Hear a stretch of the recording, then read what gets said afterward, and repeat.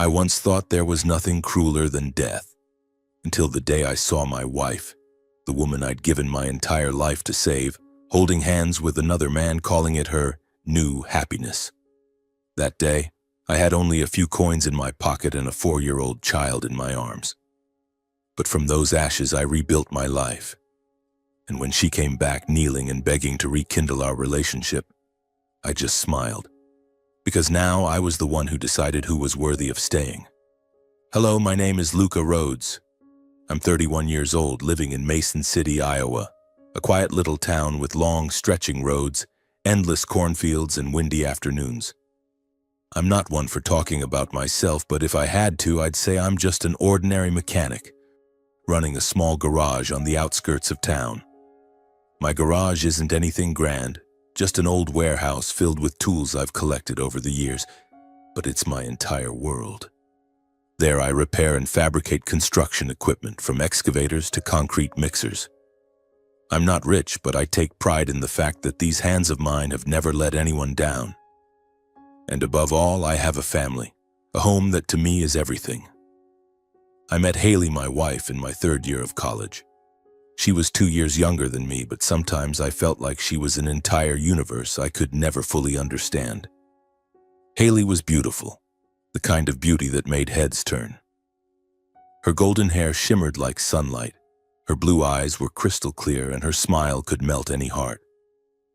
Back then, she was the dream of every guy on campus, but for some reason, she chose me. A plain, quiet guy who buried himself in books and occasionally stole glances at her from the corner of the library. I didn't have poetic words or expensive gifts, but I made Haley one promise. I would dedicate my life to making her happy. And I kept that promise, at least until now. We got married right after she graduated college in a simple ceremony at the small town church. No lavish party, no $1,000 wedding dress, just happy gazes and vows to be together forever. 2 years later, Milo was born. That boy was a miracle to me. He's sharp, mischievous, always running around on his tiny legs, but his heart is enormous.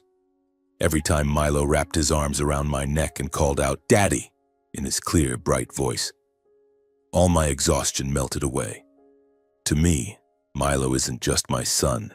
He's the reason I wake up every morning, the light in the long, dragging afternoons at the garage. Our house sits on the edge of town, a small wooden home with a white picket fence weathered by time.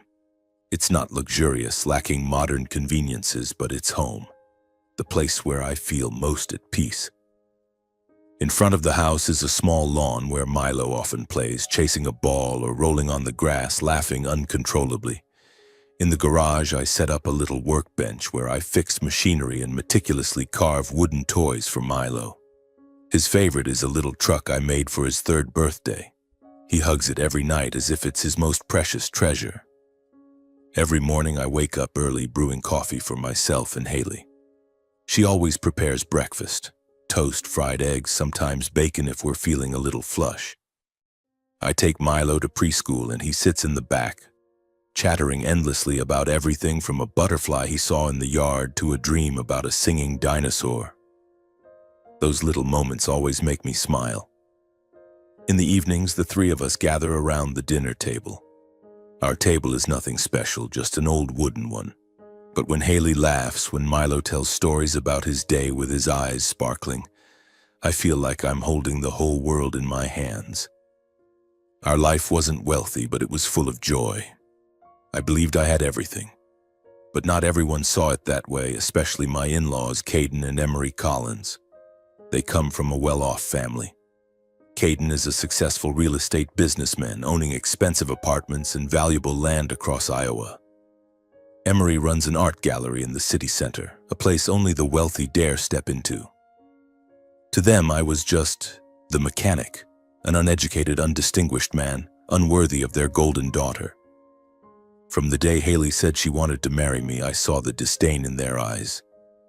Caden once looked me up and down and asked bluntly, "You plan to support my daughter with a few wrenches and hammers?"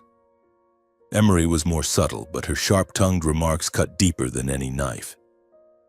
Haley could have married a lawyer, a doctor, or at least someone with ambition. she once said right in front of me, as if I were invisible. I didn't blame them. I understood that for a family like the Collinses, I was a hard pill to swallow. Haley could have lived in luxury, taken European vacations, attended extravagant parties. But she chose me, and that made me cherish her even more.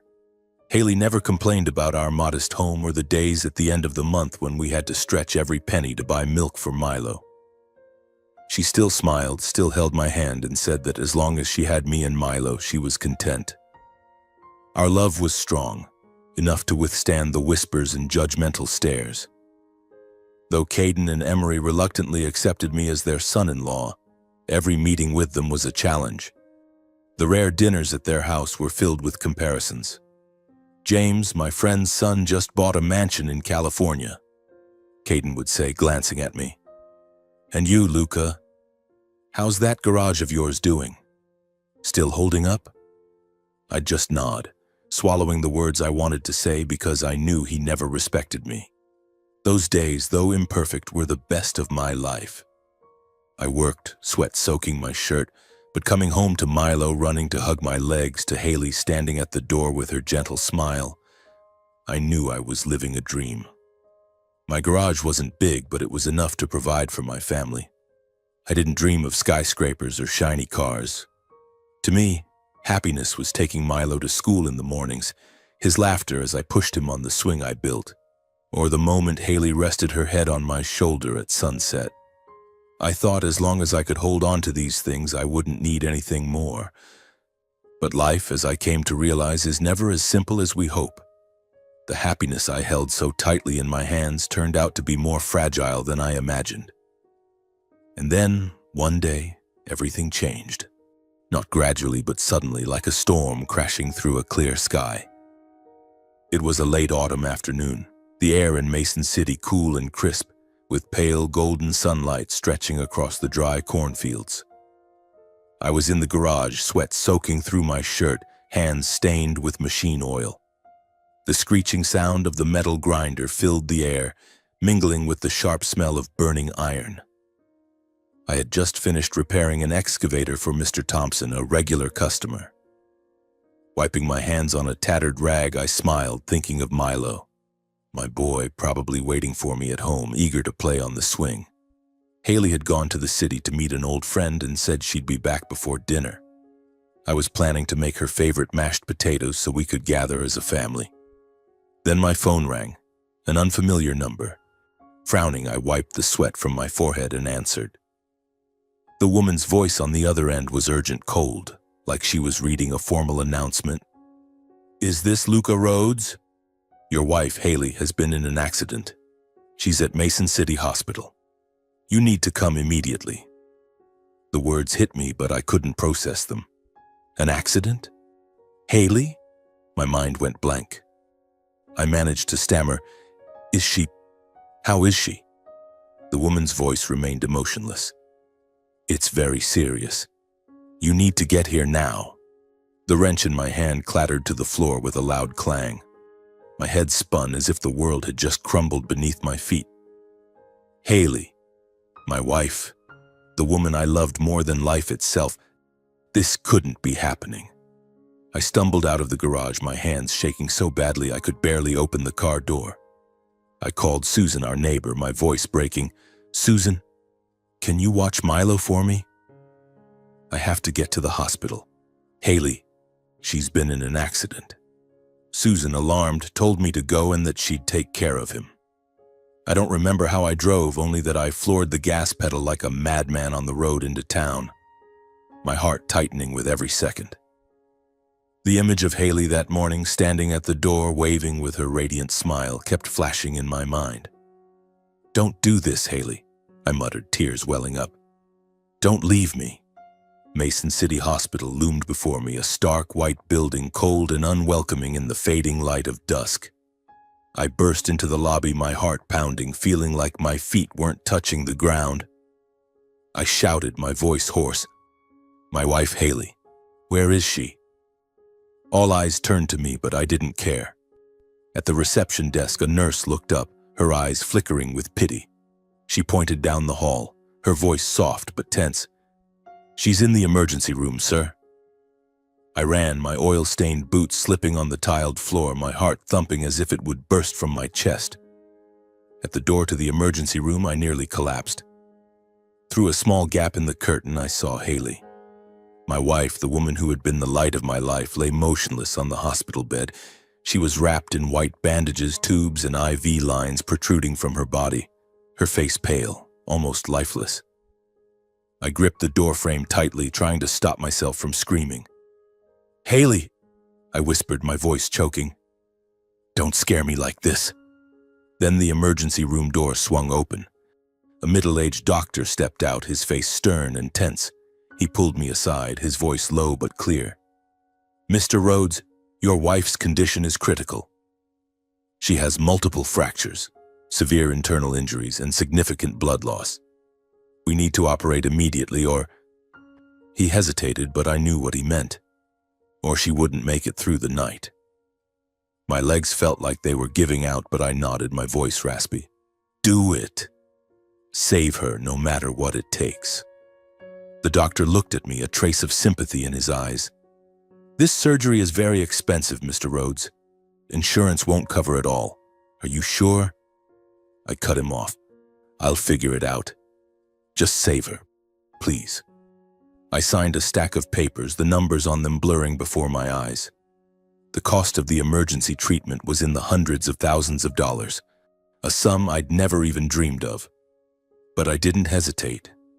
Haley was everything. If I had to sell the world to keep her alive, I would.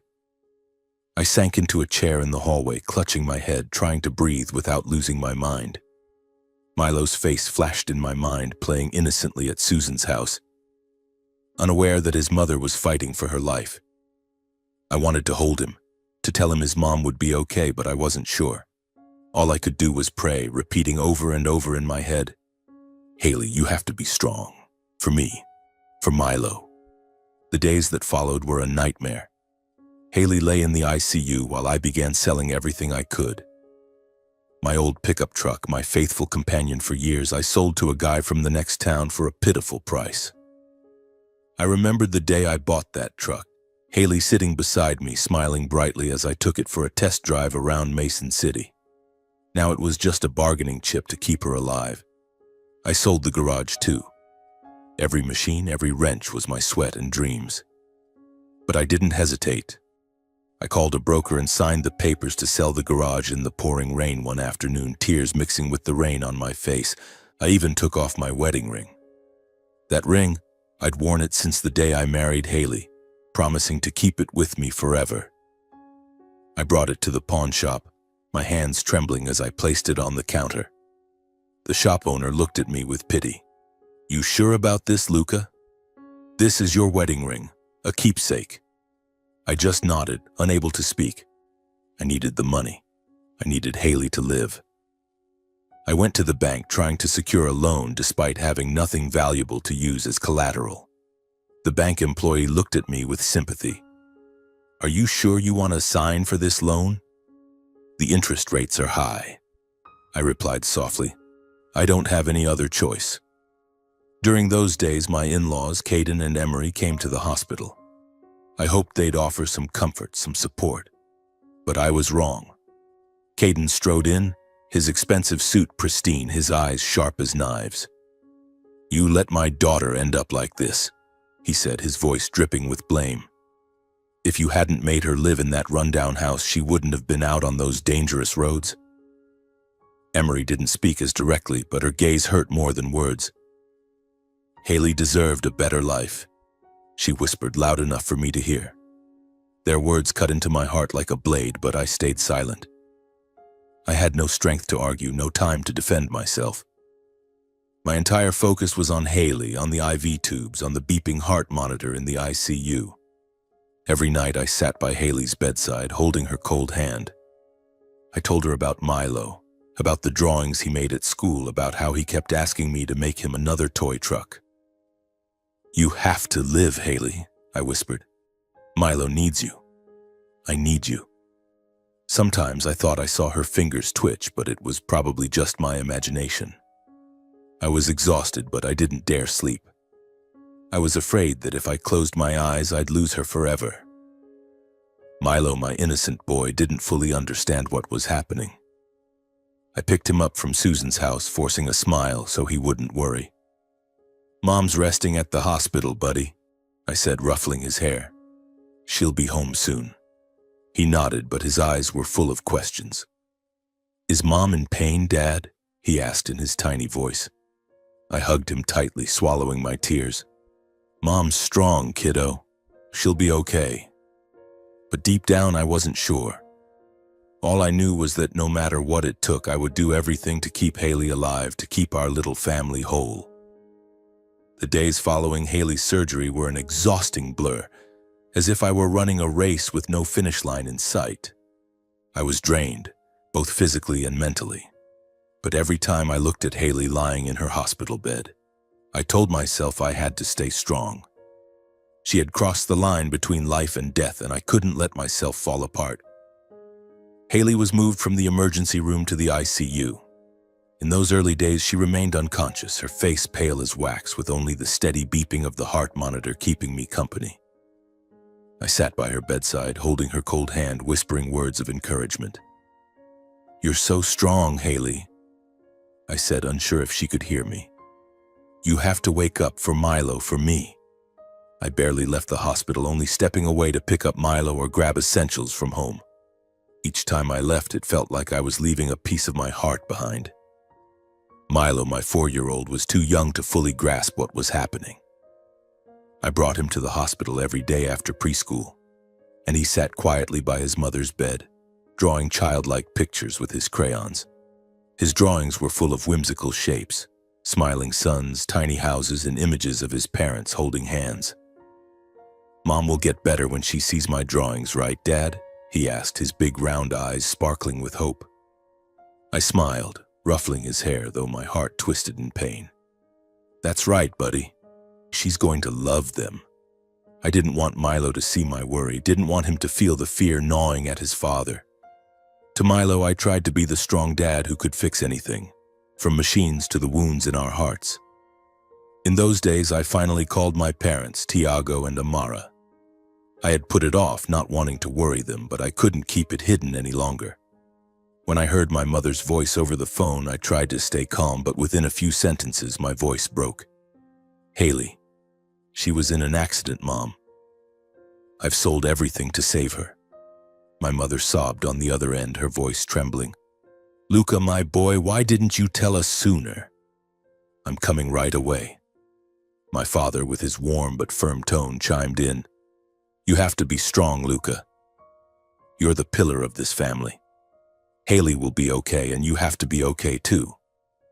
Their words were like a cool breeze, soothing my soul amidst the storm of those endless days. I didn't cry in front of them, but after hanging up, I sat silently in a corner of the hospital, tears streaming down my face.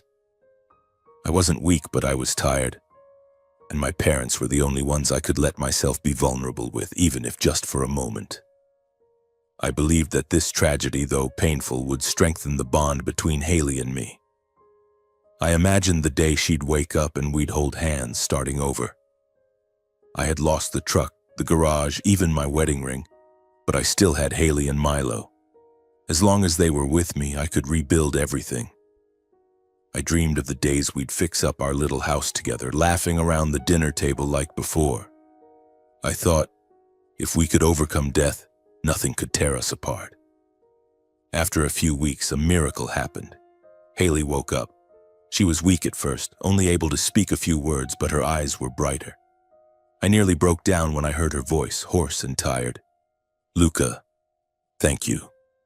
I held her hand, grinning like an idiot, tears streaming down my face. "You don't need to thank me, Haley. Just get better, that's enough." The doctor said she'd need time to recover, but she was out of danger. I let out a sigh of relief, feeling the weight on my shoulders lighten slightly. A few days later, after final medical checks, Haley was discharged and I brought her back to our little house, now emptier from the things I'd sold. But I didn't care. I believed that as long as I had Haley and Milo, I could do anything. In those first days at home, I cared for Haley meticulously, I cooked porridge, reminded her to take her medication, and helped her take small steps as she regained her strength. Milo was always by her side, showing off his new drawings. "Look, Mom, I drew Dad too," he chirped, pointing to a figure with oversized hands. Haley smiled, but I began to notice that her smile wasn't as warm as it used to be. Gradually, she spoke less, laughed less, and her gaze often avoided mine. I thought maybe she was tired. Maybe the accident had changed her. I tried to be patient, caring for her even more attentively, cooking her favorite meals, telling funny stories to make her laugh. But Haley's coldness grew more apparent. She spent a lot of time on her phone, her fingers moving quickly across the screen, then hiding it when I entered the room. Once I caught her smiling softly at a text, a smile I hadn't seen since she woke up. I told myself it was just friends, maybe someone from the city, but a sense of unease began to grow in me, like a small thorn piercing my heart. One evening I saw Haley sitting on the sofa, her eyes distant, staring out the window. She wasn't watching Milo playing nearby or me washing dishes in the kitchen. She looked far away, as if waiting for someone, as if her mind was no longer here. I tried to push the feeling aside, telling myself she just needed time to recover from the trauma. I had saved her from the jaws of death, given up everything to keep her alive. How could I doubt her? But the thorn in my heart grew larger, and I began to fear that what I was about to face would hurt more than those days in the hospital. Then one night, everything shattered. I had just put Milo to bed, kissing his forehead and telling him the story of the flying dinosaur he loved. As I stepped out of his room, I heard Haley's voice, soft but clear, coming from the living room. She was on the phone, her tone gentle, almost enamored. "I miss you. I can't wait any longer." I froze behind the door, feeling like the world was collapsing around me. My heart pounded, but my feet felt nailed to the floor. I wanted to walk in, to demand what was going on, but I couldn't. I just stood there, listening to her words, each one cutting into my heart like a knife. Everything I had sacrificed, the truck, the garage, my wedding ring, the dreams I'd built, suddenly seemed meaningless. The next day, I couldn't hold it in any longer. Milo was napping, his soft, even breaths coming from the next room. In our small kitchen, with sunlight spilling across the table, I sat across from Haley. My hands clasped tightly, sweat beading on my palms. I looked into her eyes, my voice hoarse. "Haley, is there something you're hiding from me?" I hoped she'd give a small laugh, say, "You're overthinking things," like she used to. I hoped she'd offer some explanation, even a reluctant one that I could cling to. But Haley looked up, her eyes cold as steel, without a trace of hesitation or guilt. "You really want the truth, Luca? Fine. I can't do this anymore. I'm tired of this poverty, this cramped house, this life. You're not the man I need anymore. I've had enough." Each word was like a hammer striking my chest. I looked at her, the woman I'd loved since college, the one I'd sold everything for, even gone hungry to save, and I no longer recognized her. What are you saying, Haley?" I stammered, my throat dry. Haley stood, the chair scraping with a chilling sound. She turned away, her voice calm but ruthless. "I've met someone else. He can give me things you never could." A month later, when her wounds had fully healed, she packed her bags. No apology, no goodbye. Just the sound of her suitcase wheels rolling across the tile and the faint scent of her familiar perfume lingering for the last time. I stood at the door, holding Milo in my arms, watching Haley climb into a sleek car parked at the gate. The man in the driver's seat didn't even glance my way. Later, I learned he was a wealthy businessman she'd known even before the accident. Now they appeared together openly, hand in hand, her radiant smile captured in social media photos, as if Milo and I had never existed. The pain inside me was like a wild beast, roaring and clawing. I had lost Haley, the woman I loved since our college days, the one I thought would be by my side until the end. I lost my truck, my garage, the dream I built from nothing with my own two hands. But more than anything, I lost my faith. Love, which I once believed was unshakable, was now just a gaping wound bleeding every time I thought of her. I looked at Milo, his small face peaceful in sleep, and my heart twisted in agony. "Where's Mom, Dad?" he asked me one afternoon, his clear, innocent eyes full of questions. I didn't know how to answer. I just pulled him into my arms, swallowing my tears. "Mom's away on business for a while, buddy," I said, my voice choking. How could I tell a 4-year-old that his mother had chosen another man, another life, and left us behind like discarded relics? My in-laws, Caden and Emery Collins, didn't make things any easier. I had thought, despite their lifelong disdain for me, that they might at least show some sympathy when they saw their daughter abandon her husband and child. But I was wrong. One afternoon they came to the house saying they wanted to talk about Haley. I hoped they'd bring advice or some comfort, but within minutes I realized they had come for something else. Caden sat stiffly in the chair, his voice cold as if delivering a verdict. "Have you ever wondered why Haley left you, Luca? A man who can't provide for his wife and child doesn't deserve pity." I was stunned. I did everything for her. I sold the truck, the garage. He cut me off, his eyes dripping with contempt. "You call that everything? You forced my daughter to suffer, to live in poverty. She deserves more happiness than you could ever give her, and at least now she has someone who can." Emery remained silent, but the way she looked at me, a mix of pity and scorn, hurt more than his words. As they left, she said softly, but with a cutting edge, "Haley had her reasons, Luca. Don't blame her." The door closed, leaving me standing in the empty room, my fists clenched so tightly my nails dug into my palms. I didn't argue, didn't fight back. I just felt hollow. I had lost my wife, my family, and now even my dignity had been trampled. But the ordeal didn't end there. Life seemed determined to test my limits. One freezing winter night, Milo fell ill. He was burning with a high fever, curled up on the old bed in the cramped rented room we'd moved to after I could no longer afford our old house. We had left behind the little home with the lawn where Milo used to play, as the bank loans and Haley's medical bills had drained every penny I had. This rented room with its peeling walls and creaking windows was all I could afford. I held Milo, feeling his small body radiating heat, his eyes closed, lips dry and cracked. "Dad, I'm tired," he whispered, and my heart felt like it was being crushed. I wrapped him in a thin blanket and rushed out into the biting wind, running to the nearest clinic because I no longer had a car. The streets of Mason City were dark, the wind howling through the alleys, but I didn't feel the cold. I only felt fear. Fear of losing Milo. Fear of losing the only thing I had left. At the clinic, the doctor examined Milo, his voice grave. "The boy has a high fever and signs of an infection. He needs medication and tests immediately." He handed me a long list of prescriptions. But when I stood at the counter and opened my wallet, all I found were a few crumpled bills. I stood frozen, my hands trembling as I counted the coins, trying to see if I could afford even half the medicine. I'll come back for the rest," I told the pharmacist, my voice breaking. She looked at me with pity but said nothing. I left the clinic, cradling Milo in my arms, the feeling of helplessness stabbing into my chest like a knife.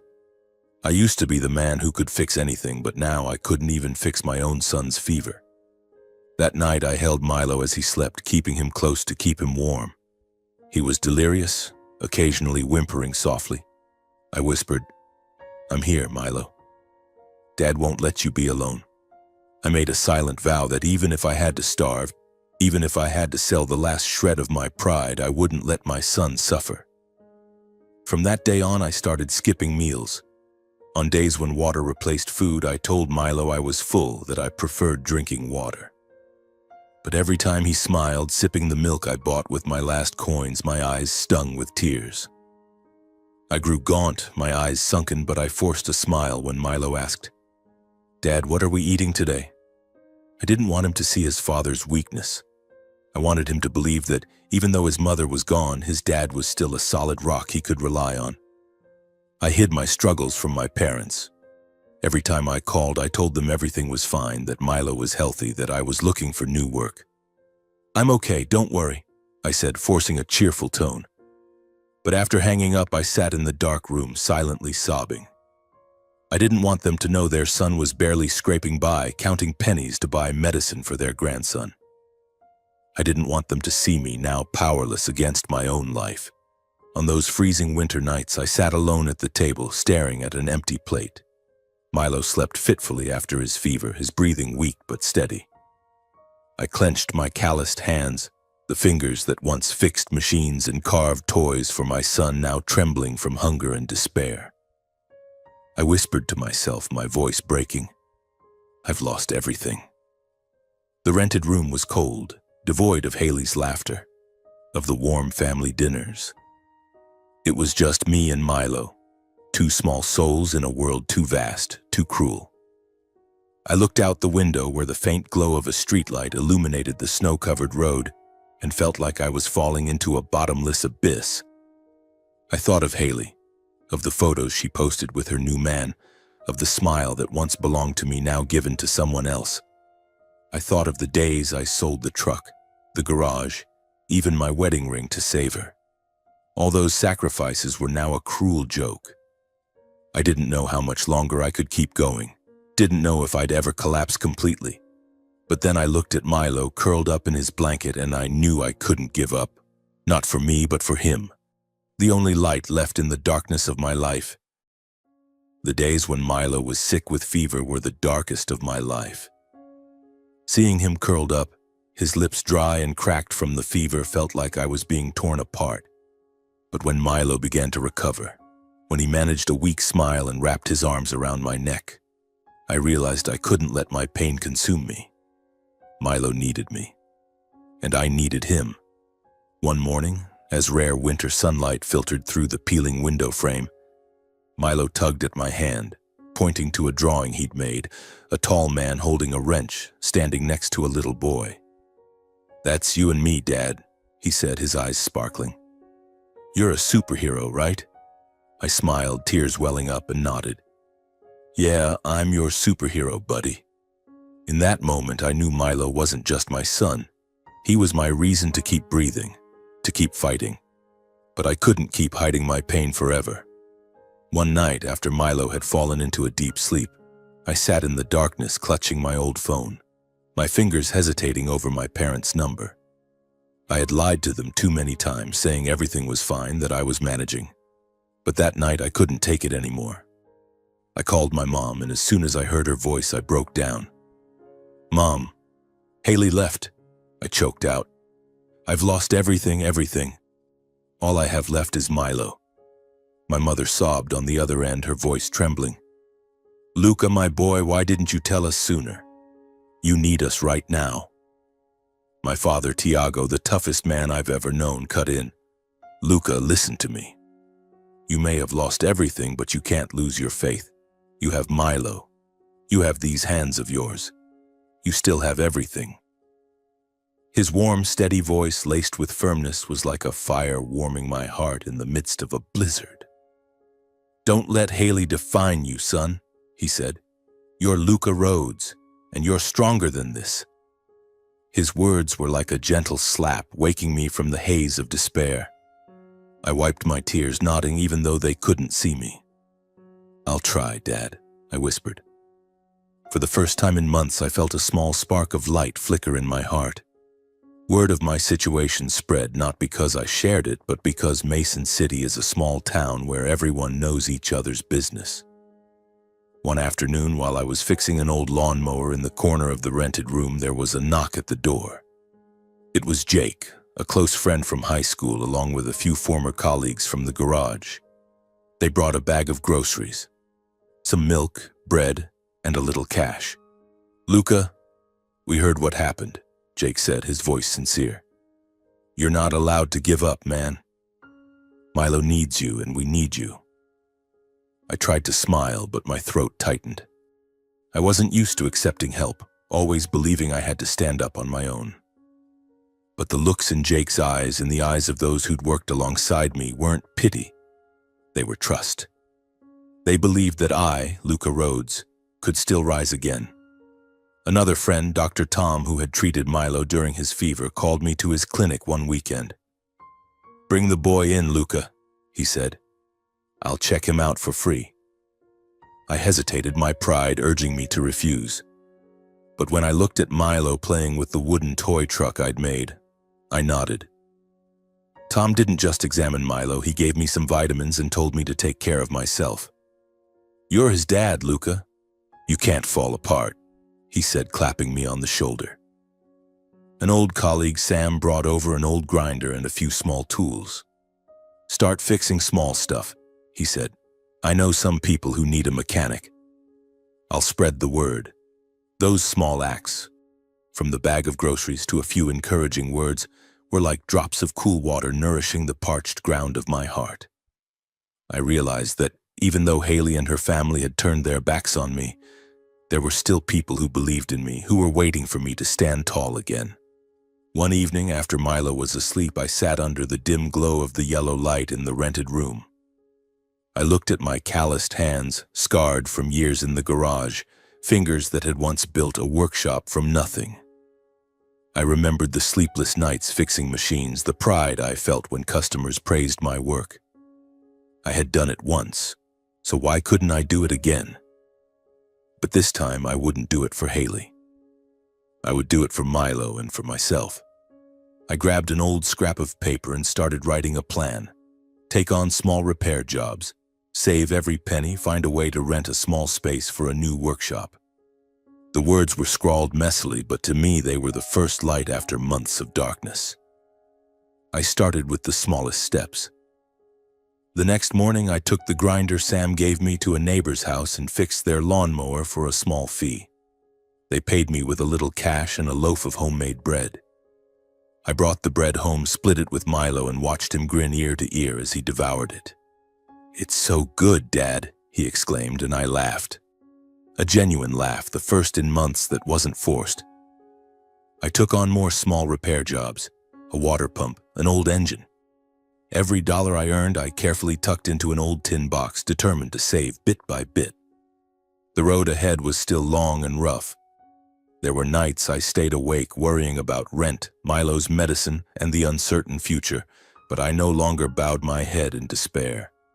I had a clear goal: to rebuild my life, not to prove anything to anyone, but so Milo could proudly call me his dad. But in those dark days, a new light quietly emerged, and her name was Emma. I first met Emma at Milo's preschool, where I dropped him off and picked him up every day.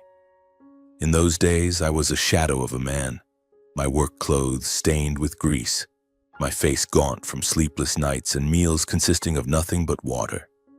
Other parents often looked at me with pity, or worse, avoided me, as if my misfortune was contagious. I didn't blame them. I knew I looked like a failure, a single father struggling to keep his son fed.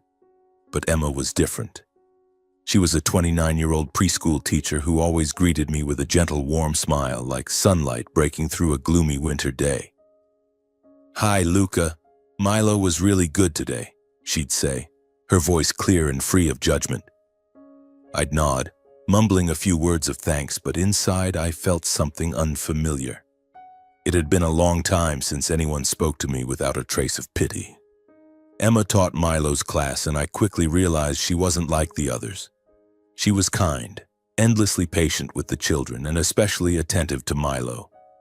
One day, when I was late picking him up because I was fixing a neighbor's water pump, Emma stayed at the school gate, holding Milo's hand and telling him stories to keep him from being scared. "It's okay, Luca," she said when I apologized profusely. "Milo told me about the wooden truck you made him. You're an amazing dad." Her words, simple but sincere, left me speechless. I didn't know how to respond, so I just lowered my head, hiding the tears welling in my eyes. One day, Milo fell ill with a fever during class. Emma called me, her voice worried but calm. "Luca, Milo's not feeling well. Can you come right away?" I dropped everything and ran to the school, my heart pounding with fear. When I arrived, I saw Emma sitting beside Milo, gently wiping his forehead with a damp cloth, softly singing a children's song. Milo lay in her arms, his eyes tired, but managing a small smile when he saw me. "Dad, Miss Emma tells the best stories," he whispered. I hugged Milo tightly, thanking Emma, but she just waved it off, saying, "He needs you, Luca. Take him to the doctor. I'll watch your things." I nodded, overwhelmed with gratitude but unsure how to express it. After that, even when Milo recovered, Emma kept checking in. She noticed the little things, like how I often skipped breakfast to get Milo to school on time, or how I wore the same tattered jacket because I couldn't afford a new one. "Have you had breakfast, Luca?" she asked one morning as I dropped Milo off. I gave an awkward smile, lying that I'd already eaten, but my growling stomach betrayed me. Emma said nothing, just smiled and slipped a sandwich into my hand, saying it was leftover from her breakfast. I wanted to refuse, but the sincerity in her eyes stopped me. "Thank you, Emma," I said, my voice hoarse. For the first time in months, I felt someone genuinely cared, not out of pity, but out of kindness. One evening, as I was tinkering with an old lawnmower under the weak glow of a yellow light, surrounded by rusty tools, there was a knock at the door. Milo was asleep on an old chair, wrapped in a thin blanket. I opened the door, surprised to see Emma standing there, holding a warm box of food and a small bag of vitamins. "I thought Milo might need these," she said softly. "And you too, Luca." I froze, watching her step into the cramped room, her eyes glancing at Milo sleeping and at me, a gaunt, grease-stained man. Emma didn't say anything, just quietly set the food on the table and pulled a small flashlight from her bag. "The light here is too dim," she said, handing it to me. "You shouldn't have to carry everything alone, Luca. Even the strongest people need someone by their side." Her words hit me like a hammer, cracking the wall I'd built around myself. I stayed silent for a long time, unsure how to respond. Deep inside, the wound from Haley's betrayal still ached. I was terrified of trusting again, of opening my heart only to be hurt once more. But Emma's sincerity, her warm eyes, and her gentle voice touched a deep corner of my heart. It wasn't pity, it was empathy, as if she understood what I'd been through, what I was fighting for. "Thank you, Emma," I said, my voice trembling. I'm not used to this." She smiled, resting her hand lightly on my shoulder. "That's okay, Luca. Take your time." From that day on, Emma became a small part of Milo's and my life. She'd stop by, sometimes with homemade cookies, sometimes helping Milo with his drawing assignments from school. Milo adored her, always clinging to her side, excitedly telling her about the wooden toys I made. One day he tugged at her hand and said innocently, "Miss Emma, you're like my mom." I stood there, frozen, unsure how to react. Emma just smiled, ruffling Milo's hair, and looked at me with a gentle gaze. "I'm happy to play with you, Milo," she said, but her eyes seemed to convey something deeper to me. I didn't dare admit it, but something inside me was stirring. Emma wasn't like Haley. She didn't have that dazzling beauty or the glamour that once made me feel inadequate. But she had a sincerity, a warmth I hadn't found in anyone else. Every time she came by, whether with a bit of food or just a simple check-in, the rented room felt less cold. I was still scared, still keeping my distance, but I couldn't deny that Emma was becoming a light in my life, a light I wasn't ready to reach for, but one I didn't want to lose. I started over from nothing, quite literally. No garage, no truck, no possessions. Just my calloused hands and a determination to ensure Milo wouldn't grow up in want. I took on any work I could find, fixing farm equipment for neighbors, welding iron gates, even loading and unloading cargo at the bus depot under Mason City's scorching sun. I rented an old, cramped, dimly lit garage, but it was enough space for the machines I brought with me, and for the faint hope that I could start again. Some days I returned to the rented room exhausted, my hands aching, the smell of machine oil clinging to me. But every time I opened the door and saw Milo run toward me, shouting, "Dad's home," with a radiant smile, my fatigue melted away. I split my earnings in two, one part for milk and food for Milo, the other carefully tucked into an old tin box, dreaming of the day I'd reopen my garage. Emma and Milo were there in the moments I needed them most. Some days, Emma would bring a warm box of food and place it on the table in my rented garage. "You can't work all day without eating," she said, her voice gentle but firm. Milo would sit nearby, playing and cheering. "Dad fixes things so well. Dad's a superhero." I'd smile, my eyes stinging. The meals Emma brought, whether a simple sandwich or a plate of mashed potatoes, became fuel not just for my body but for my heart. She never demanded thanks, but her eyes seemed to say she understood. Understood what I was going through, the burdens I carried on my shoulders. The support didn't come only from Emma. My parents, Tiago and Amara, though far away, quietly sent some of their savings. "Don't refuse it, Luca," Mom said over the phone, her voice choked with emotion. "This is for Milo, for my grandson." Dad repeated firmly, "Take care of yourself, son. Milo needs a healthy father." I wanted to refuse, to say I could manage on my own, but I knew they were right. I accepted the money with deep gratitude, promising to use it for Milo. Emma helped in her own way too. She introduced me to a few parents at the preschool who needed machinery repairs. "Luca's the best mechanic I know," she told them, and I blushed, unaccustomed to praise. Small jobs started coming in, a tractor here, a water pump there, and I poured my heart into every task, as if each machine was a chance to prove I still had worth. My old colleagues from the garage didn't turn their backs on me either. One day, Sam and a few others showed up with some old tools. "We're not letting you do this alone, Luca," Sam said, clapping me on the shoulder. They spent a few weekends helping me fix machines, refusing any payment. "You're Luca Rhodes," one of them said, his eyes full of trust. "You built a garage from nothing once. You'll do it again." Their words were like a spark reigniting my faith. I wasn't alone anymore.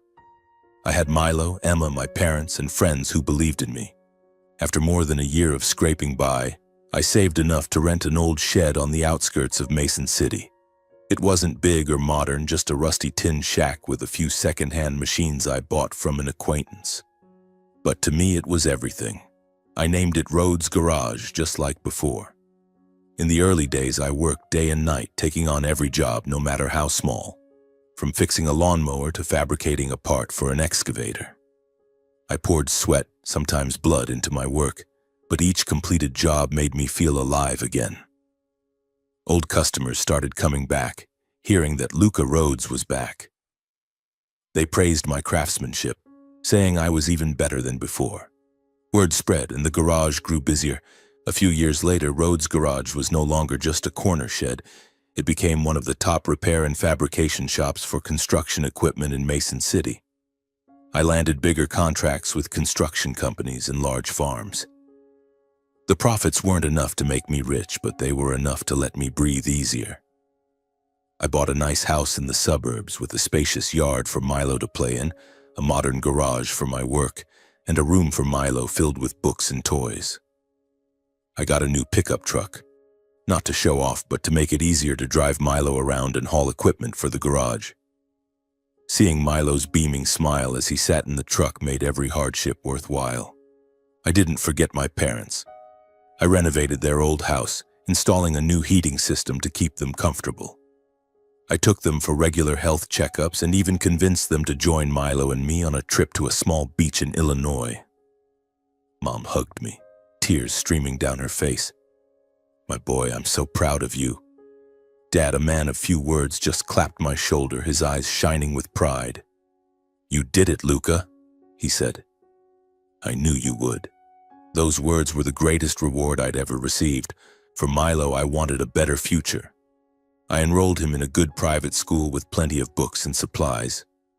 But I always taught him, you can have everything, but you have to value the effort it takes to earn it. On weekends, I brought him to the garage, letting him see me work, see the sweat drip as I fixed machines. "This is how Dad makes sure you have milk to drink and books to read," I told him. Milo nodded, his eyes gleaming. "I want to be like you when I grow up." I smiled, ruffling his hair, my heart swelling with happiness.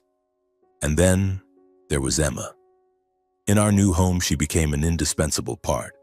The warm family dinners, with Milo chattering away and Emma smiling gently, became a treasure I never thought I'd have again. Weekend picnics where we lay on the grass watching Milo chase butterflies showed me I'd found a true home.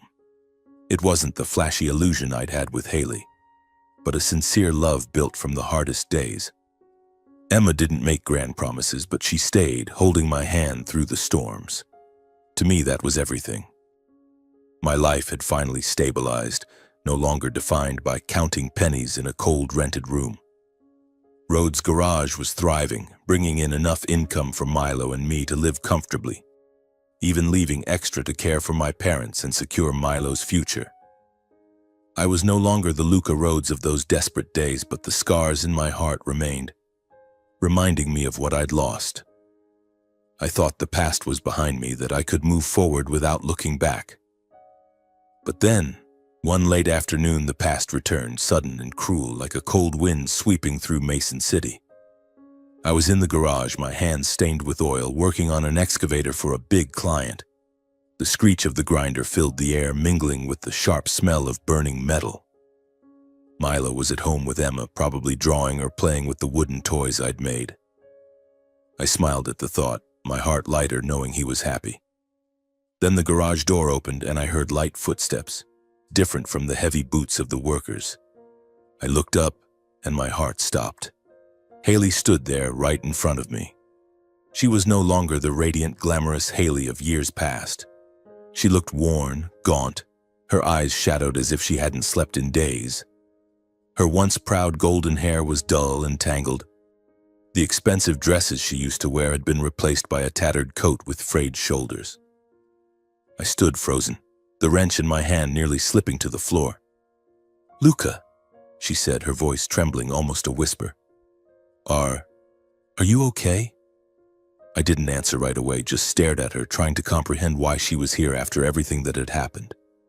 Haley stepped closer, her hands shaking as if reaching for me, but I stepped back. "I didn't expect you to come back," I said, my voice colder than I'd intended. She lowered her head, tears streaming down her cheeks. "Luca, I'm sorry," she choked out. "I was wrong. I didn't realize what I'd thrown away." In a halting voice, she told me about the man who'd left her after draining her money, about the high society friends who turned their backs when her financial scandals and affair came to light. She spoke of our college days, when I proposed to her by the lake at sunset, when we dreamed of a small family together. "Do you remember, Luca?" she said, trying to take my hand. "We were happy." But her words only soured my heart. The memories she mentioned, the days I held her hand, the nights I cradled Milo and promised her a good life, now felt like knives. She had trampled them without mercy when she left Milo and me for a wealthy man. I looked into her eyes, once capable of melting my heart, but now I saw only emptiness. "You had your chance, Haley," I said, my voice calm but icy. "You chose to leave when Milo and I needed you most. What you lost wasn't just money. It was family. It was trust. Once those things are broken, they can never be whole again." The garage door opened again and Milo ran in, clutching a new drawing with Emma following behind. He stopped short when he saw Haley, his eyes wary. "Mom?" he whispered, but didn't move toward her. My heart ached as I realized Milo still remembered the days I had to lie that his mother was away on business, remembered the sting of abandonment. He hid behind me, refusing Haley's outstretched arms. "Milo, sweetheart, come to Mommy," she said, her voice breaking, but he clung to my shirt, shaking his head. I hugged Milo, stroking his hair, trying to stay calm so he wouldn't be scared. "Go with Miss Emma, buddy," I said softly. Milo nodded and ran out, leaving Haley and me in a heavy silence. A few days later, Caden and Emery Collins appeared. They who had once scorned me now stood at my doorstep, their eyes sheepish. I'd heard about Haley's downfall, and they likely knew of my success. Rhodes' Garage was now a name known across Mason City, and I had built a new home for Milo. But they hadn't come to congratulate me. "Luca, please," Emery said, her voice trembling. Give Haley a chance. She was wrong, but she's still Milo's mother. Caden, who had once called me the mechanic, now lowered his head, muttering, "You're a good man, Luca. Forgive her." I looked at them, the people who had mocked me, who had said I wasn't worthy of their daughter. I wasn't angry, but I felt nothing. Haley made her choice, I said firmly. Milo and I have made ours. She has no place in this life anymore. In that moment, Emma walked over, bringing Milo from the backyard. She didn't speak, didn't show jealousy or harshness, just gently placed her hand on my shoulder. Her steady, warm presence was a reminder that I was no longer alone. Milo held Emma's hand, smiling brightly, and I saw us, Luca, Emma, Milo, as a complete family. Haley looked at us, her eyes shattered. She understood her place was gone forever. She turned away, tears streaming down her face, and said nothing more. Haley left Mason City soon after. I heard she lived alone, abandoned by her lover and shunned by her high society friends. She faced the consequences of her betrayal, isolation, rejection, and the loss of her son and the husband who had sacrificed everything for her. But I felt no joy, no satisfaction. I only felt relief, as if a heavy door to the past had finally closed. I looked at Emma and Milo, the ones who had stood by me through the darkest days, and I knew I had found those who were truly worthy. One peaceful afternoon, I sat on the steps of our new house in the suburbs of Mason City, the soft golden sunlight stretching across the lawn. Milo was running around chasing a ball, his clear, joyful laughter echoing like a melody. Emma stood at the edge of the yard, smiling gently, her hair glowing in the afternoon light. "Milo, be careful not to fall," she called, her voice full of love. I watched them, my heart swelling with a peace I once thought I'd never feel again. This house, with its spacious yard and modern garage, was more than a place to live. It was a home, a place where I rediscovered the meaning of happiness after months that felt shrouded in darkness. Emma and I didn't need grand vows or promises. Our love wasn't built on extravagant romantic moments, but forged in the hardest of times. She stood by me when I had nothing but my calloused hands and a small son. She brought warm meals, words of encouragement, and above all, a sincerity I thought had vanished from the world. One evening at dinner, Milo suddenly jumped from his chair, ran to Emma, and hugged her, innocently calling, "Mom, tell me a story." I froze, the spoon in my hand nearly falling to the table. Emma looked at me, her eyes a mix of shy warmth and radiance. "All right, buddy," she said, ruffling Milo's hair. I smiled, tears welling up. In that moment, I knew our family was whole again, in a new way, not replacing what was lost, but building something more beautiful, more enduring. I never forgot my parents, Tiago and Amara, who planted seeds of hope in me when I was at rock bottom. They didn't just give me strength, they taught me lessons about patience and family. Every weekend I brought Milo to visit them. Lately, Emma often came along. She'd bring homemade pies, and after just a few visits, my mother loved her like a daughter. In the small kitchen, the two women would chat and bake together. Mom beamed, saying, "What a talented girl. You're lucky, Luca." Emma blushed, replying softly, "I just want to help a little, ma'am." My father, usually a man of few words, made Emma a cup of coffee that day, something he'd never done for anyone outside the family. I bought my parents small but practical gifts: a comfortable armchair for Dad to read in, a warm sweater for Mom for the winter. And for the first time in years, I threw Mom a surprise birthday party at their old house. Milo made a card by hand, and Emma helped me bake a cake and decorate. When Mom smiled radiantly, hugging Milo under the warm glow of the lights, my heart felt lighter than ever. "You've overcome everything, Luca," Mom said, her voice choked but joyful. Dad, as usual, didn't say much, just gripped my hand tightly before I left, a grip that spoke 1,000 words of pride. As we drove away from their house, Emma quietly took my hand, smiling. "I understand now why you're so strong," she said. I replied softly, "Because they're the home I'll always return to. They weren't just parents, they were my anchor, the flame reminding me that family is the most precious thing, surpassing all pain. Sitting on the steps, I looked back on my journey. I remembered the days I went hungry to save Haley, the nights I held Milo in that cold rented room, the times I counted every penny to buy his medicine. I remembered the sting of abandonment, of betrayal when my trust shattered like glass. But I also recognized the lessons etched deep into my soul. True love cannot be bought with money, nor can it survive without trust. Betrayal can destroy a home, but it cannot break a person who chooses to rise. And true wealth isn't in possessions, but in resilience, in family, in the sincerity of those who stay by your side when the world turns its back. My story closes on another afternoon at Rhodes' garage. I sat there with Milo and Emma, sunlight streaming through the window, glinting off the sweat on my hands. Milo was drawing, chattering about a new wooden truck he wanted me to make. Emma sat beside him, smiling gently, her hand softly smoothing his messy hair. I looked at them and smiled, a smile free of strain, free of pain. I thought back to the days when I had nothing, when I believed I'd never stand again. But now, all that suffering had become the foundation for a new me, stronger, more resilient, and more complete than ever. I want to share with you, the reader of this story, a simple but profound message forged through those years. Never take for granted those who give their all for you, because if you lose them, you lose what's most valuable. Betrayal may bring someone to their knees, but it can also transform them into a better, stronger version of themselves. And most importantly, true love isn't in grand promises, expensive gifts, or fleeting glamour. True love is staying, holding hands through the darkest times, and building a home together from the broken pieces of life.